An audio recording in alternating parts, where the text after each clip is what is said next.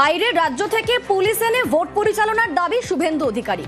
হতাশার বহিঃপ্রকাশ বলে কটাক্ষ তৃণমূল।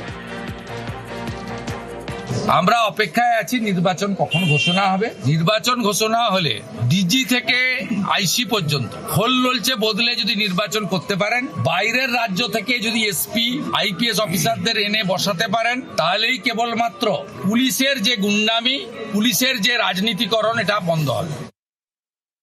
শুভেন্দু অধিকারীর ইচ্ছের মতন তো ভারতবর্ষের সংবিধান চলে না। সব জায়গায় যখন নির্বাচন হয়, উত্তরপ্রদেশে হয়, বিহারে হয়, যখন মহারাষ্ট্রে হয়, একই নিয়মে হয়।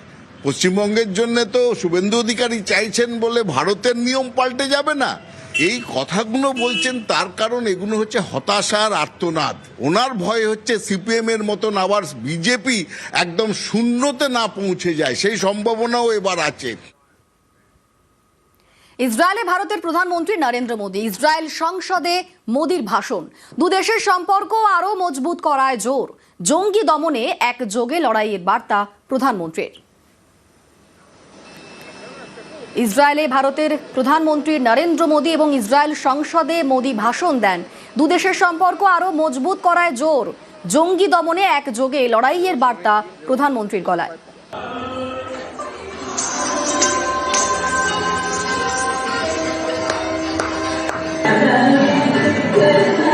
No cause can justify the murder of civilians. Nothing can justify terrorism. India has also endured the pain of terrorism. We have consistent and uncompromising policy of zero tolerance for terrorism with no double standards. Terrorism aims to destabilize societies, to block development and to erode trust. ওড়িশায় সরকারি অফিসারের বাড়িতে টাকার পাহাড়। কটকে কয়লা খনিতে বসেই তোলাবাজি। ধৃত কটক সার্কেলের মাইনের ডেপুটি ডিরেক্টর। 30,000 টাকা ঘুষ নিয়ে ধৃত দেবব্রত মহান্তি। সরকারি অফিসারের বাড়িতে 4,27 লক্ষ টাকা নগদ। ট্রলি ব্যাগ ও আলমারিতে রাশি রাশি নগদ গয়না উদ্ধার। মহান্তির অফিসের ড্রয়ার থেকে উদ্ধার আরো 1,20,000 টাকা।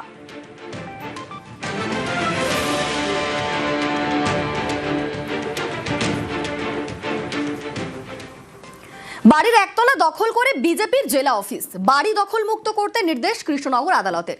সেই মতো পুলিশ গেলে বিজেপি নেতাকর্মীরা বাধা দেন। ফিরে যায় পুলিশ। এরই কৃষ্ণনগরে জোর শোরগোল।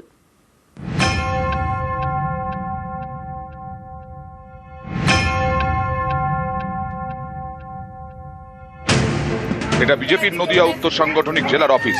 অভিযোগ, একজনের বাড়ির নিচতলা দখল করেই অফিস। এ নিয়ে জলগড়ায় কৃষ্ণনগর আদালতে। আদালতের নির্দেশে বাড়িটিকে দখলমুক্ত করতে যায় পুলিশ। এতে বাধা দেন বিজেপির নেতাকর্মীরা। পুলিশ তখন ফিরে যায়। আমার শ্বশুরমশাই বাড়ি এটা, ঠিক আছে। তা আজকে এক্সিকিউশনের জন্য অর্ডার এসেছিল, এর আগেও হয়েছিল, এর আগেও পুলিশ এসেছিল, ওনাদেরকে উঠাতে পারেনি। সেটা মে মাসে হয়েছিল, উঠাতে পারেনি। আজকেও আমরা অর্ডার নিয়ে এসেছি, আজকেও এখনও অবধি উঠেনি, জানি না কী হবে লাস্ট পর্যন্ত। ওনারা কালকেও কোর্টে পিটিশন দিয়েছিল, কালকেও রিজেক্ট হয়েছে স্টে অর্ডারের জন্য। পরশুদিন পিটিশন দিয়েছিল, স্টে অর্ডারের জন্য রিজেক্ট হয়েছে। ওনারা হাইকোর্টে গিয়েছে, সেখানেও রিজেক্ট হয়েছে। কিন্তু ওনারা বলছে আমাদের সময় দেওয়া হোক। আমি জানি না কেন সময় চাচ্ছে। আমাদের কাছে কোর্টে অর্ডার আছে, তাও আমরা আমাদের বাড়ি ফিরে পাচ্ছি না। কৃষ্ণনগরের উকিলপাড়ায় রজনী মুখার্জি লেন। এখানেই বাড়ি গৌতম সরকারের। চাকরি সূত্রে তিনি বেশিরভাগ সময় উত্তরবঙ্গে থাকতেন।